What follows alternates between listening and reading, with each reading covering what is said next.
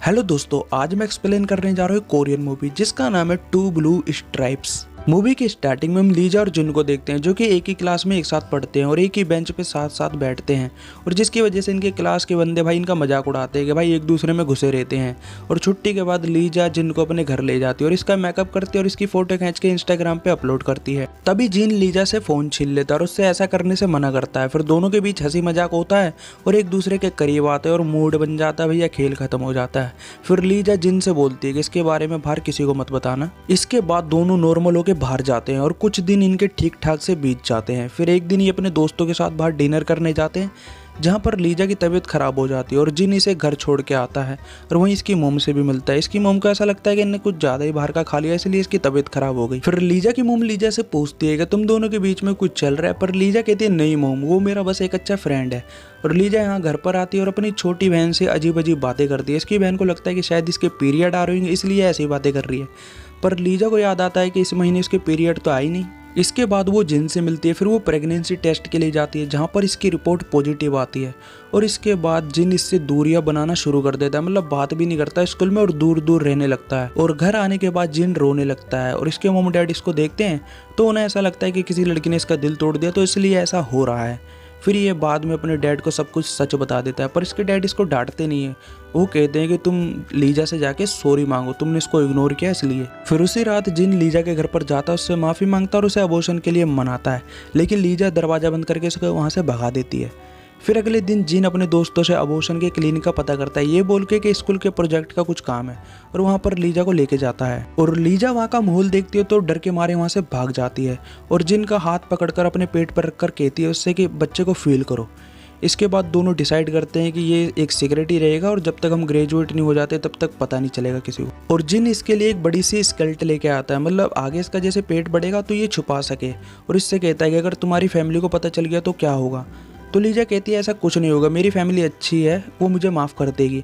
और इसे अपने फ्यूचर के बारे में भी बताती है कि उसका एक सपना है कि कोरियन यूनिवर्सिटी में जाने का। जिन इससे कहता है कि मैं तुम्हारे सारे सपने पूरे करूँगा। फिर अगले दिन स्कूल में लीजा ये बैठकर सब सोच रही होती है, तभी इसको एक फुटबॉल आकर लगती है और ये गिरकर बेहोश हो जाती है। और यहाँ पर सब लोग इकट्ठा होते हैं, जिन भी आ जाता है। लीजा तभी गलती से यहाँ पर कह देती है कि मुझे मेरे बच्चे की फिक्र है, और ये बात भाई सब लोग सुन लेते हैं। उसके बाद स्कूल के प्रिंसिपल दोनों फैमिली को बुलाता है और यहाँ पर इनके सिगरेट के बारे में पूरे स्कूल को पता चल चुका होता है। और लीजा के फादर भाई बहुत गुस्से में रहते हैं और लीजा से कहते हैं कि इन्हें तुम्हारे साथ जबरदस्ती तो नहीं की। और यहाँ पर जिन की मोम भी इसको बहुत डांटती है और जिन कहता है कि मैं इसका ख्याल रखूंगा, स्कूल के बाद इससे शादी कर लूँगा। और लीजा की मोम यहाँ पर बहुत दुखी होती है और गुस्से में यहाँ से चली जाती है। अब लीजा की फैमिली भी उसको अपने साथ रखने से इनकार कर देती है, इसलिए लीजा जिन के साथ रहने को आ जाती है। और जो जिन का घर होता है वो एक मिडिल क्लास एरिया में होता है, यहाँ पर काफ़ी शोर शराबा होता है। और वहीं दूसरी तरफ जो लीजा होती है वो काफ़ी अमीर होती है, इसलिए वो ऐसे एरिया में रहने में अनकंफर्टेबल सा फील करती है, पर इसके पास कोई ऑप्शन नहीं होता। अब ये रात को खाना खाते और सो जाते और अगले दिन चेकअप के लिए जाते हैं। चेकअप के बाद रिपोर्ट में सब कुछ नॉर्मल आता है और डॉक्टर ने इनसे कहते हैं कि जब तक तुम्हारा बेबी ना हो जाए अपने अरमानों पर काबू रखना थोड़े दिन।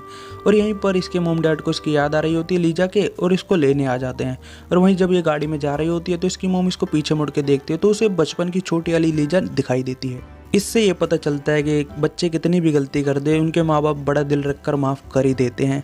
पर इसकी मोम को गुस्सा भी आ रहा होता है क्योंकि इसने गलती की थी। और ये घर पर आती है और अपनी बहन से मिलती है। इसकी बहन इसको बताती है कि घर पर अंकल आंटी आए थे, क्योंकि लीजा की मोम को लगता है कि लीजा भी बेबी को संभाल नहीं पाएगी, इसलिए वो इसके बेबी को उन अंकल आंटियों को अडॉप्ट करने के लिए दे रही होती है। तभी लीजा अपनी मोम से बात करने जाती है और इसकी मोम कहती है कि तुम अभी बेबी संभालने लायक बिल्कुल भी नहीं हो। पर लीजा को बहुत गुस्सा आता है और वो अपना बेबी किसी को नहीं देना चाहती।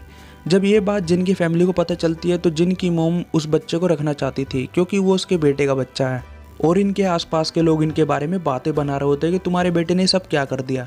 यहीं पर जिन की बड़ी बहन आ जाती है जो उसे बहुत मारती है और कहती है कि तूने क्या कर दिया। फिर ये लोग तैयार होकर अगले दिन लीजा के घर जाते हैं उससे मिलने के लिए, पर लीजा की मोम को वो लोग बिल्कुल भी पसंद नहीं है और यहाँ से जाने की कोशिश कर रही होती है। पर लीजा कैसे न कैसे करके उनको रोक लेती है और तभी वो लोग भी आ जाते हैं और यहाँ पर बैठते हैं और शादी की बात करते हैं और कुछ दिन के बाद इन दोनों की शादी करा देते हैं। अब जिन और लीजा दोनों लीजा के घर पर ही रहने लगते हैं और दिन रात भाई फ्यूचर की बात करते हैं।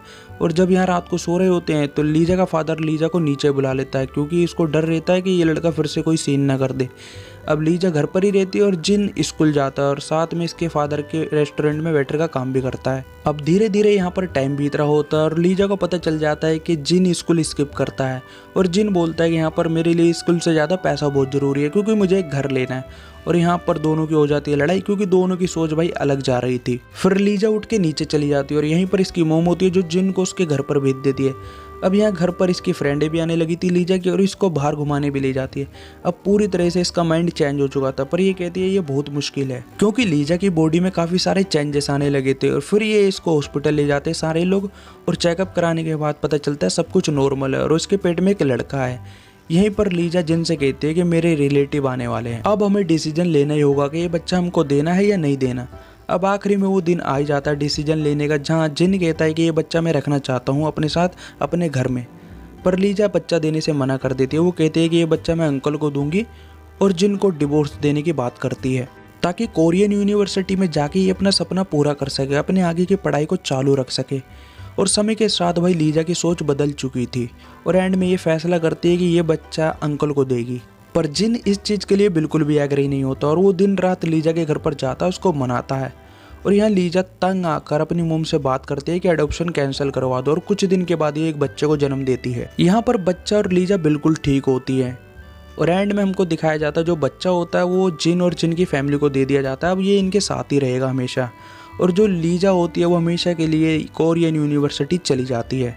देखा जाए तो पहले ये दोनों एक दूसरे से काफ़ी ज़्यादा प्यार करते थे और समय के साथ अब इनकी सोच बदल गई है तो एक दूसरे से अलग हो जाते हैं और मूवी यहाँ पर ख़त्म हो जाती है। तो दोस्तों ये वीडियो आपको कैसी लगी हमें कमेंट करके ज़रूर बताएं। अगर आप हमारे चैनल पर नए हो तो चैनल को सब्सक्राइब कर लो हमारी आने वाली वीडियो देखने के लिए। Thank you guys.